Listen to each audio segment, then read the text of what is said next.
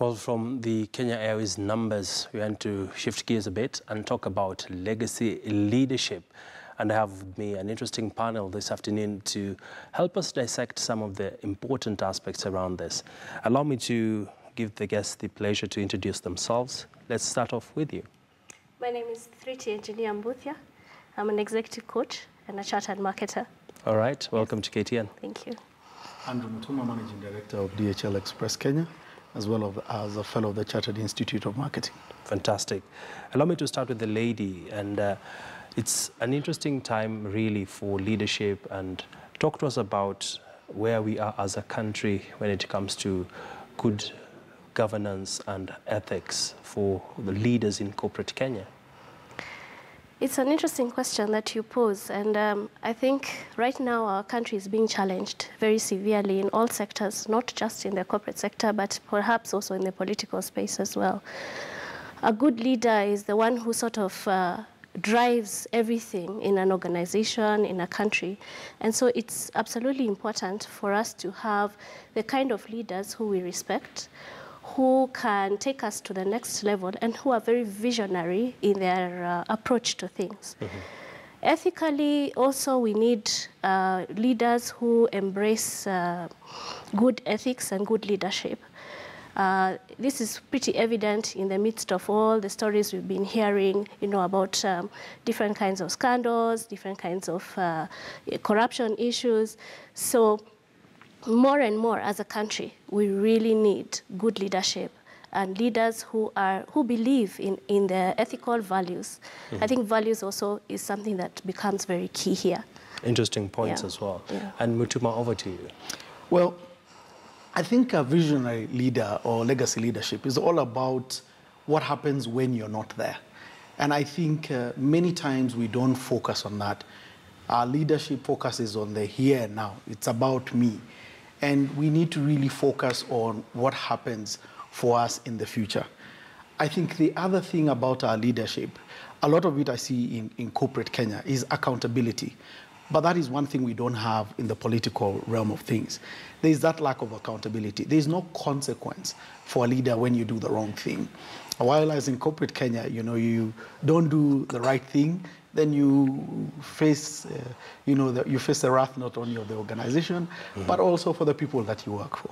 Interesting. And Andrew, there's a lot of efforts towards being able to provide sufficient coaching for people in positions of leadership, be it from institutions of higher learning and online studying. And talk to us about the experience you've had when it comes to developing a good team and, of course, preparing it for when you're not there. I think my experience is that leadership, when you talk about succession planning, it's got to be purposeful. You have to be purposeful in terms of looking for somebody who can move the business forward. The second thing is got to be systematic.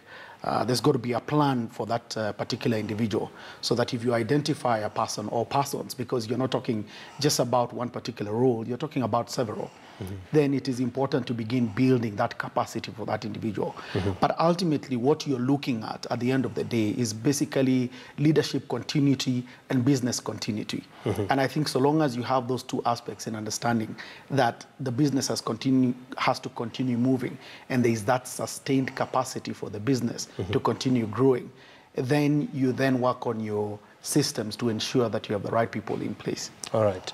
And let me come over back to you. Of course, there's a big event coming up, which will be definitely delving deeper into this. Perhaps just walk us through what to expect from the Legacy Leadership Power Breakfast. All right. So this Chartered Institute of Marketing has put together an event reaching out to all marketers in the country. And the topic for the breakfast meeting is legacy leadership.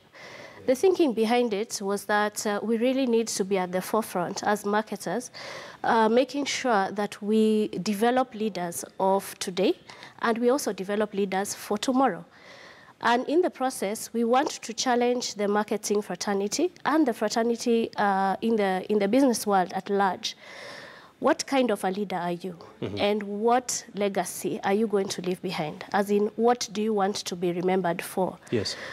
And we have a panel of experts who are going to share with us their experiences and tell us a little bit more about what this legacy leadership is all about. Yes.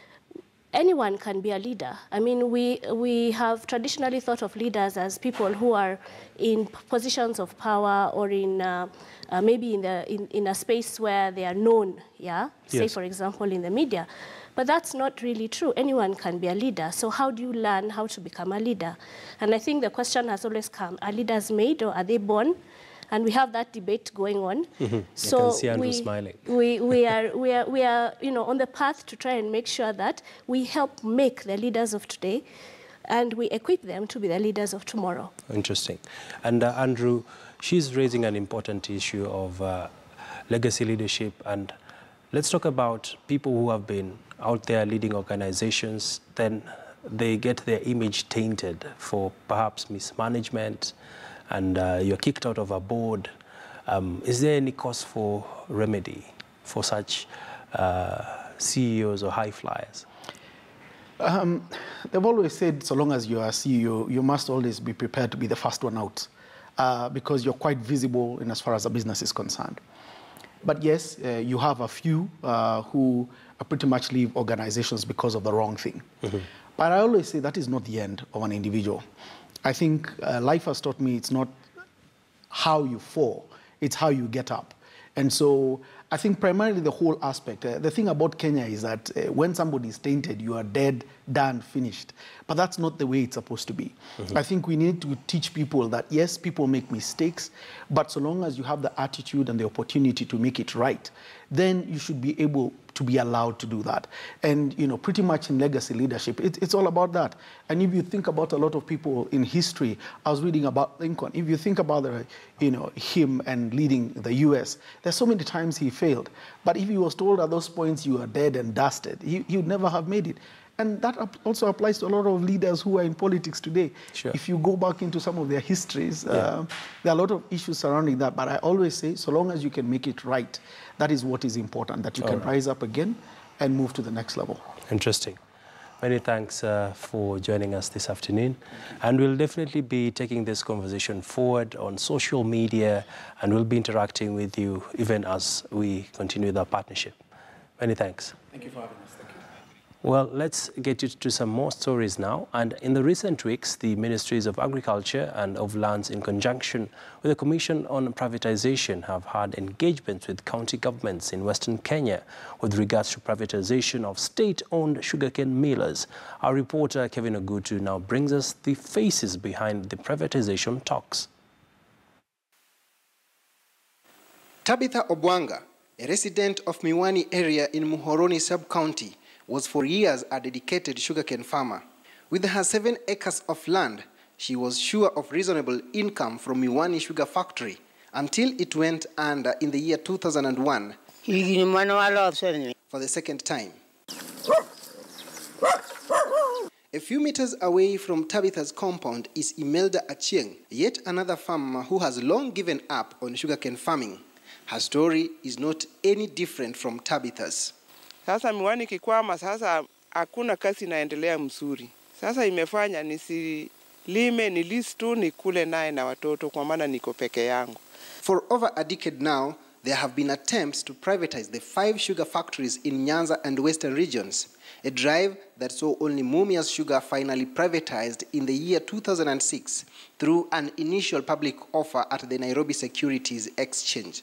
For the 3 other millers, that is Miwani, Chemelil, and Muhoroni, all under receivership, and Sony Sugar in Migori, the journey has not been easy. Once again, a new attempt to offer a new lease of life. Privatization was being done without taking into cognizance the actual people's wish. People would wish that if they're doing if they're going to do active privatization, then serious public participation must be done. The public's wishes must be factored. Migori Governor Okoth Obado, the chair of Council of Governors Department of Agriculture, says only involvement of all stakeholders will make the work to ensure privatization easier. The county governments that were not in place when the privatization process started are now saying that they are serious stakeholders and they need to be consulted. At the heart of these deliberations is the question of land, its ownership, and its massive costs. So we are so much in the dark, if you ask me, on what happens to the land, or rather how the privatization is going to be approached. Because we have the machines here as a going concern as well, and there's a land that it stands on. There was previously an attempt to defraud the public of the land by some unscrupulous Asian businessmen trading as some offshore company. And they purportedly bought this in a non-existent auction.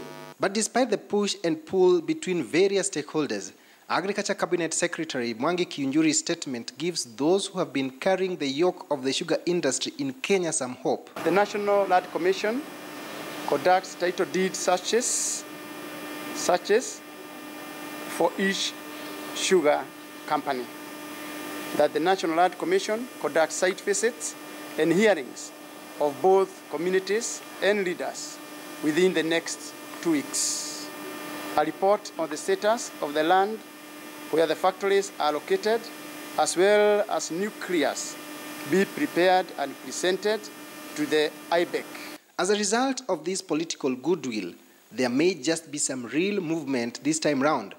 This week, the Sugar Privatization Committee will hold a stakeholders forum in Miwani and Muhoroni areas, with the hope that the meetings will solve the teething problems encountered so far. Kevin Ogutu, KTN News,